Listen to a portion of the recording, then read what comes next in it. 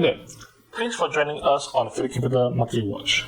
I'm Huan Zi, Branch Manager from Phillip Research Center Payoh branch. In this episode, I'll be sharing the recent increase in demand for short-term investments arising from rising inflation and interest rates. The MAS tightened its monetary policy a whopping 5 times since October 2021, after MAS resented the midpoint of the SNEER in July 2022, it opted to do the same in October. Similar to that of what happened in July, there's also no adjustment to the slope and width in October. The measures target to deflate inflation, which is at an alarming 14-year high, where tightening measures aim to reduce imported inflation and in turn reduce domestic cost pressures. The Singapore economy saw core inflation rate continue to rise to 5.3% in September from 5.1% in August. The headline inflation maintained at 7.5% for both September and August 2022. MAS also expect overall inflation to be at around 6% for the year, with core inflation at an estimated 4%.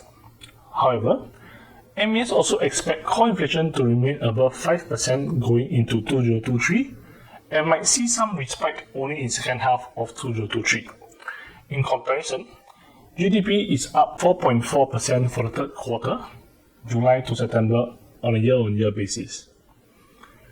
With the increased inflation rates, consumers are cutting back on expenditures and increasing their allocation for savings.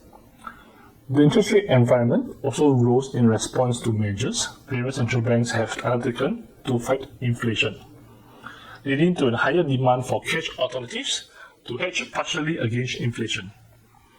Singapore Savings Bond, also known as SSB, saw 2.2 billion applied for its 900 million allocation for November issue, which ended on 27 October 2022. This is compared to 1.1 billion applied for the previous issue.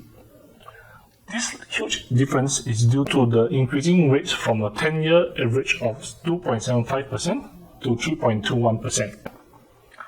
6-month Treasury bill T-bills and bank fixed deposit FDs are also popular cash alternative, with rates now above 3%.